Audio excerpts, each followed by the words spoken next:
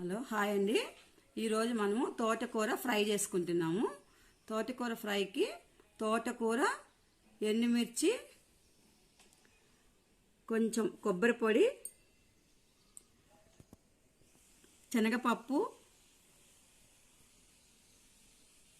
మినప్పప్పు, సాల్ట్, కొంచెం ధనియాలు, జీలకర్ర, ఎల్లిపాయలు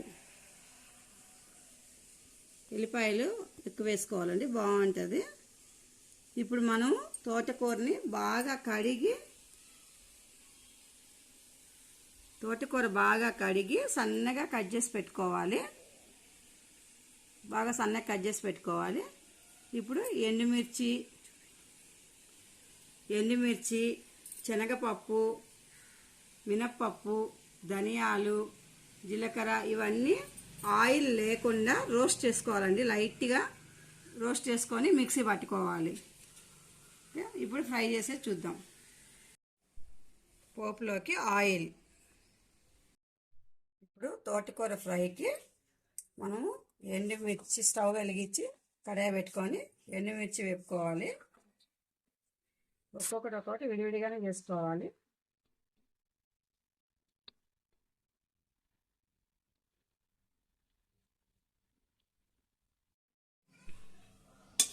ఇవన్నీ కూడా వేపుకొని డ్రై రోస్ట్ చేసుకొని మిక్సీలో వేసుకొని మిక్సీ పట్టుకోవాలి. ఇప్పుడు శనగపప్పు వేపుకున్నాం.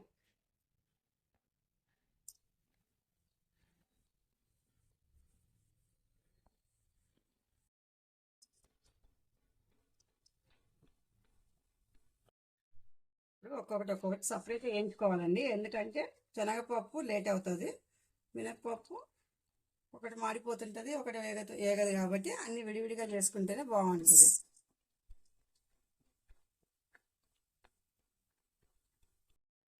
ఇప్పుడు ధనియాలు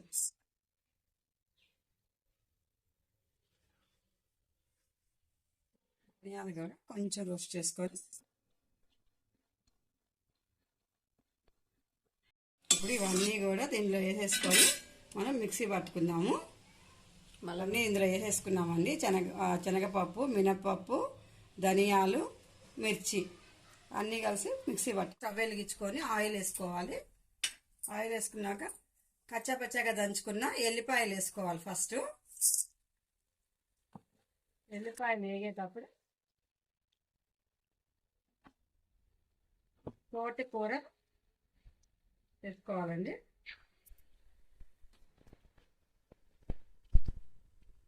తోటకూర చాలా మంచిది, ఆకుకూరలు ఏవైనా మంచివేను.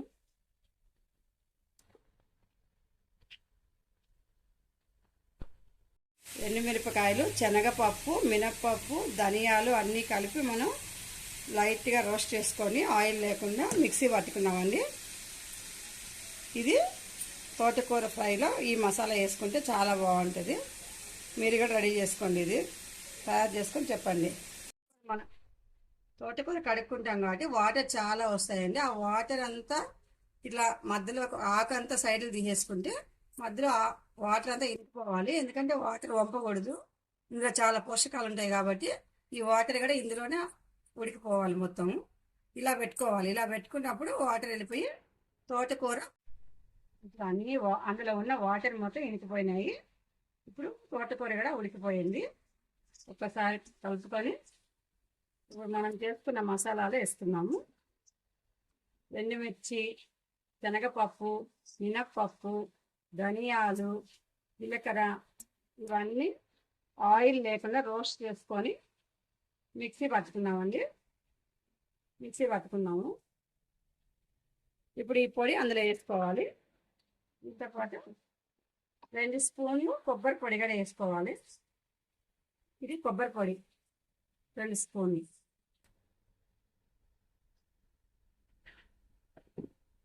ఇప్పుడు మనం పట్టుకున్న పొడి, ఈ పొడి చాలా బాగుంటుంది. మీరు కూడా చేసుకొని టేస్ట్ చేసి కామెంట్స్లో పెట్టండి మాకు. చాలా బాగుంటుంది ఇది తోటకూర ఫ్రై.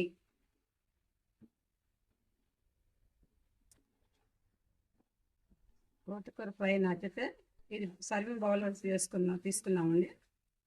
అయిపోయింది, టేస్ట్ చేద్దాము. తోటకూర ఫ్రై రెడీ అయిపోయిందండి, సర్వింగ్ బౌల్లో తీసుకున్నాము. మీరు కూడా అందరూ ట్రై చేసి చూడండి, చాలా బాగుంటుంది. నచ్చితే మాకు comments like, share and subscribe this channel.